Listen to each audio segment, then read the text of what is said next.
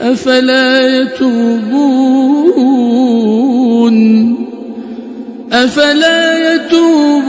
إلى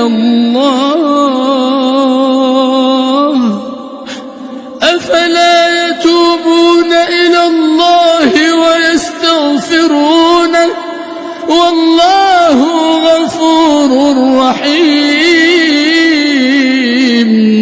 ما المسيح ابن مريم إلا رسول قد خلت من قبله الرسل وأمه صديقة كانا يأكلان الطعام انظر كيف نبين لهم الآيات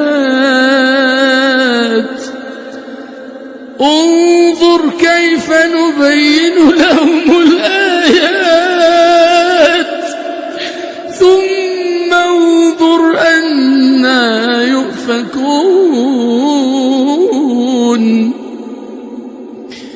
قل أتعبدون من دون الله